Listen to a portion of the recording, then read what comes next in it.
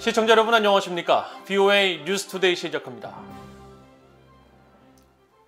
북한의 핵실험 재개 가능성이 거론되고 있는 가운데 로이드 오스틴 미국 국방장관은 북한이 미국에 끊임없는 위협이 되고 있다고 지적했습니다. 마크 밀리 미국 합참의장은 북한의 탄도미사일 역량은 미국 본토까지 실제 위협이 되고 있다면서 북한은 군사력 증강에 중점을 두는 근시안적 태도에 초점을 맞추고 있다고 밝혔습니다. 첫 소식 이조은 기자가 보도합니다.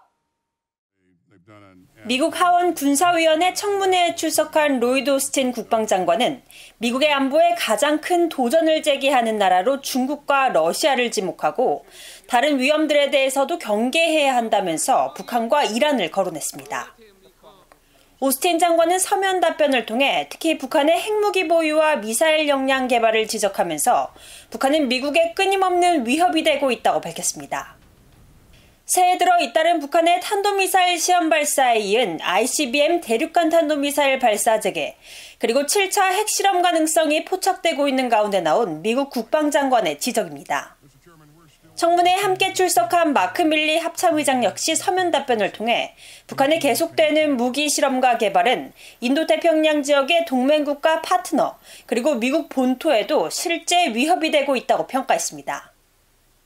밀리 의장은 그러면서 북한 정권은 자국민은 물론 한반도와 영내 전역의 평화를 희생시키면서 군사력에 중점을 두고 있다고 지적하면서 군사력에 대한 북한의 이런 초점은 근시안적이라고 비판하고 북한은 이런 초점에서 물러설 기미를 보이지 않고 있다고 분석했습니다. 미사일 방어와 관련해선 지상 기반 중간 단계 방어 체계는 북한의 장거리 미사일 위협으로부터 미국 본토를 방어하는 데 중요한 요소라고 강조했습니다. 또 적국들의 미사일 역량의 규모가 커지고 복잡해짐에 따라 미국은 미국 본토와 동맹국, 파트너국에 대한 미사일 공격 방어에 필요한 신뢰할 수 있는 미사일 격퇴 역량을 계속 개발하고 유지해야 한다고 강조했습니다. 이런 가운데 상원 군사위원회 청문회에 출석한 폴 나카손의 미군 사이버 사령관은 북한의 사이버 역량 진전 문제를 지적하면서 부처 간의 협력 대응 의지를 밝혔습니다. 나카손의 사령관은 러시아와 중국, 이란과 함께 북한을 사이버 부문에서 미국의 전략적 도전을 제기하는 국가로 적시하고 특히 북한과 이란은 정교함과 행동의지가 점점 커지는 사이버 적대국으로 지목했습니다. 나카손의 사령관은 특히 북한에 대해 해킹과 암호화폐 탈취 등 범죄 조직을 통한 수입 창출을 위해 사이버 행위자를 고용하고 있다면서 사이버 사령부는 북한의 활동을 막기 위해 국무부, 재무부와 협력하고 있다고 강조했습니다. VOA 뉴스 이조은입니다. 한국의 윤석열 대통령 당선인의 대북 정책과 미한 동맹 강화 방안 등을 논의하기 위해 미국을 방문 중인 한미 정책협의 대표단이 백악관을 방문해 제이크 설리번 백악관 국가안보보좌관과 면담했습니다. 정책협의 대표단을 이끌고 있는 박진 대표단장은 5일 면담 직후 기자들과 만난 자리에서 설리번 보좌관과 심도 있는 협의를 통해 한미동맹 강화가 윤석열 정부의 외교정책의 핵심이라는 점을 강조했다고 밝혔습니다.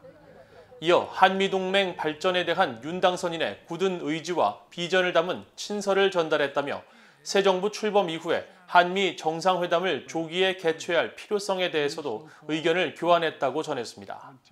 또 양측은 북한의 핵과 미사일 개발이 영내 안보에 대한 위협이라는 인식을 공유했다고 밝히고 한미 연합 방위 태세와 확장 억제력 강화에 대해서도 협의를 가졌으며 이런 차원에서 전략자산 전개 문제를 협의했다고 설명했습니다. 한미 정책협의 대표단은 이날 백악관 방문에 앞서 미국 의회를 방문해 아미베라 하원 외교위 아테소 위원장 등 의회 관계자들과 면담하고 한미동맹 강화를 위한 의회 차원의 관심과 지지를 당부했으며 현재 미국 의회에서 심의 중인 한국 관련 법안에 대한 지원도 요청했다고 밝혔습니다. 북한이 한국 기업체 현대 아산 소유 시설인 해금강 호텔을 계속 해체하는 정황이 또다시 포착됐습니다. 특정 조치로 단정하기는 이르다는 한국 통일부의 설명과는 달리 낮은 층까지 해체되는 정황이 드러났는데 지난 2008년 북한군 총격으로 인한 한국 관광객 사망 후 중단된 금강산 관광으로 사용하지 않고 있는 해금강 호텔이 사라질 날이 머지 않아 보입니다. 함지하 기자가 보도합니다.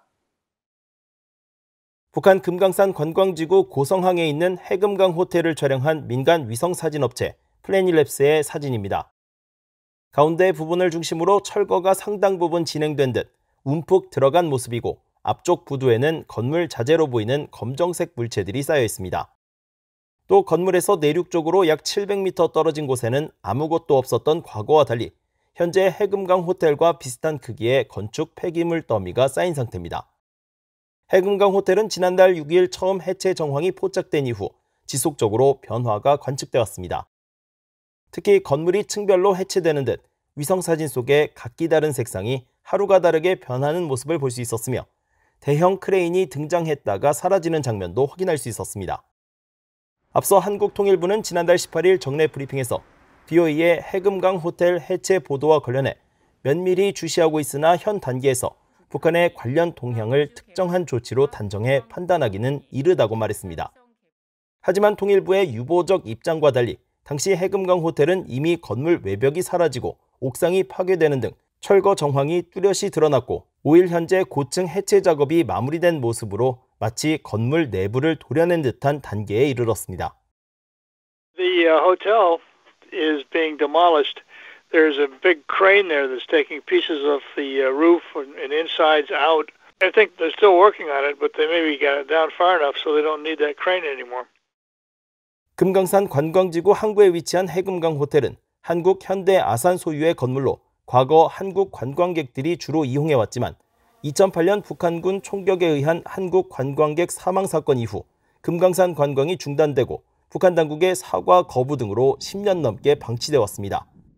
앞서 김정은 국무위원장은 2019년 10월 금강산을 시찰한 뒤 보기만 해도 기분이 나빠지는 너절한 남측 시설을 싹 드러내도록 하라고 지시했었습니다.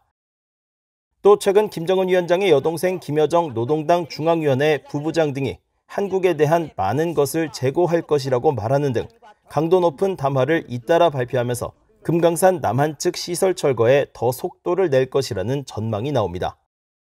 BOE 뉴스 함자입니다.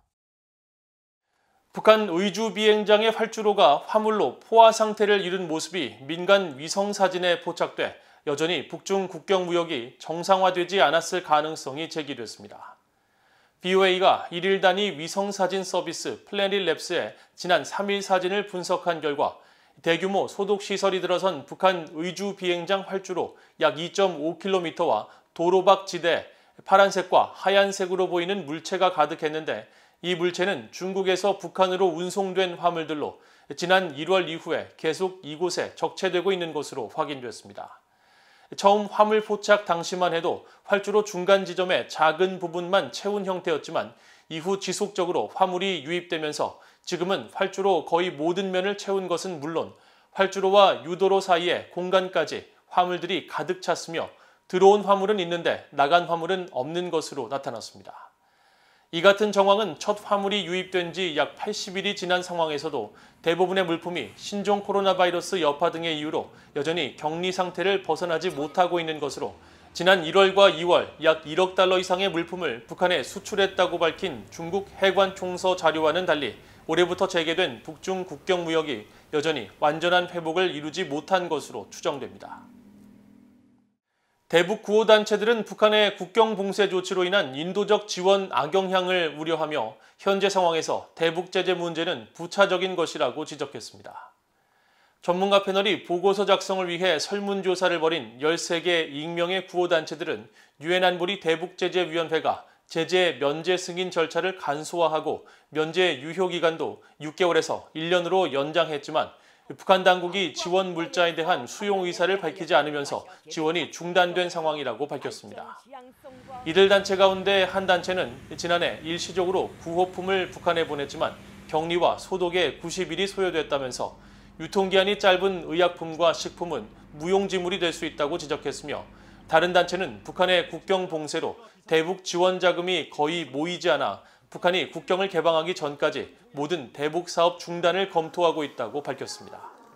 또 다른 단체들은 북한 당국의 국경 봉쇄로 항만의 물품 보관료와 예정을 초과해 항만에 머무른 정박료 등 예상치 못한 비용이 들면서 대북 지원 사업에 대한 부담이 크게 늘었다고 지적했습니다. 한국의 북한 인권단체들이 UN 인권이사회에 북한 인권 결의안 공동제안국에 불참한 문재인 정부를 규탄하고 중국과 러시아에 억류돼 있는 탈북민들에 대한 대책 마련을 촉구하는 청원을 한국 정부에 제출했습니다. 한반도 인권과 통일을 위한 변호사 모임 한변과 사단법인 물망초, 북한 인권시민연합 등 북한 인권단체들은 5일 한국 외교부 청사 앞에서 집회를 열고 한국 문재인 정부가 UN 인권이사회 북한 인권 결의안 공동제안국에 4년 연속 불참한 것을 강력히 규탄하면서 중국과 러시아에 억류 중인 탈북민들의 대책 마련을 촉구하는 청원을 한국 외교부와 통일부에 제출했습니다. 이들은 지난 2019년부터 북한 인권 결의안 공동제안국에 불참한 문재인 정부가 재임 중 마지막 기회마저 거부했다며 이는 문재인 정부가 인권을 인류 보편의 가치로 삼는 21세기 문명 질서와 얼마나 동떨어져 있는지 상징적으로 보여준다면서 지난 5년간 북한 정권의 일방적인 굴종으로 일관해온 행태는 납득도 신뢰도 할 수 없는 것이라고 비판했습니다. 그러면서 다음 달 출범하는 새 정부는 문재인 정부 5년을 반면교사 삼아 북한 인권 개선을 위한 국제사회 노력에 주도적으로 참여할 것을 촉구하며 그것이 선진 문명 국가로서 위상을 회복하는 길이 될 것이라고 강조했습니다. 이상으로 VOA 뉴스투데이를 모두 마칩니다. 시청해주신 여러분 고맙습니다.